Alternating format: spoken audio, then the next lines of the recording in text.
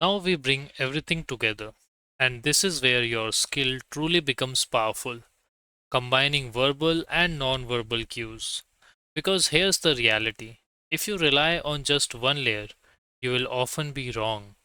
Body language alone can mislead you, words alone can be controlled, but when you combine both, you start seeing a much clearer picture. Let's start with the core principle: alignment versus misalignment. When someone is telling the truth, their communication tends to feel aligned. Their words, tone, facial expressions, and body language all move in the same direction. It feels natural, effortless, and consistent. But when there's deception or even internal conflict, you may start to notice misalignment. For example, they say, I'm completely confident, but their voice is tight and their posture is rigid. They say, that didn't bother me, but you catch a flash of anger or tension. They give a detailed answer, but their gestures are minimal and controlled.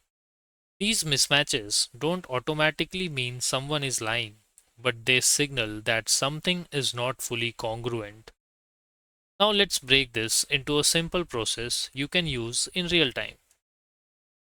First step: listen to the words. What are they actually saying? Are they clear or vague? Are they direct or avoiding the question? Second step: observe the behavior. At the same time, notice facial expressions, gestures, posture, eye behavior. Next step is hearing the voice. Pay attention to tone, speed, pitch, pauses, and next is connecting the signals. Now ask, do these all match or is something off? This is where patterns start to emerge. Let's look at two quick scenarios. First, alignment. A person answers confidently, their tone is steady, their gestures are natural, and their facial expressions match their words. Everything feels smooth and consistent. That's a sign of low internal conflict. Next scenario where there is misalignment. A person says, I had nothing to do with it, but there's a pause before answering.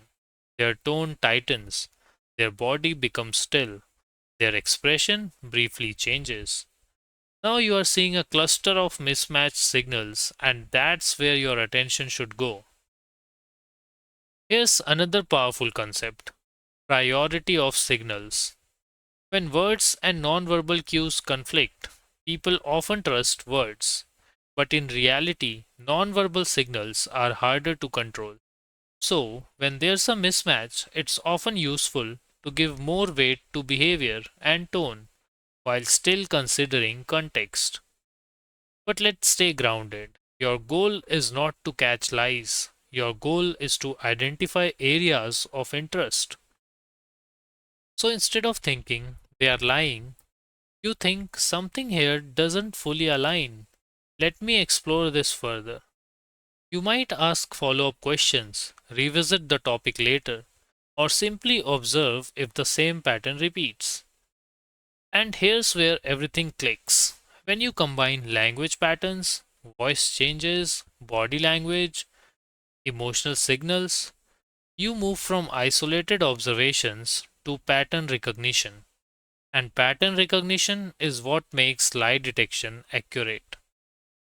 So, as you practice, remember this: words tell the story, behavior reveals the experience, and when they don't match, that's where the truth often hides.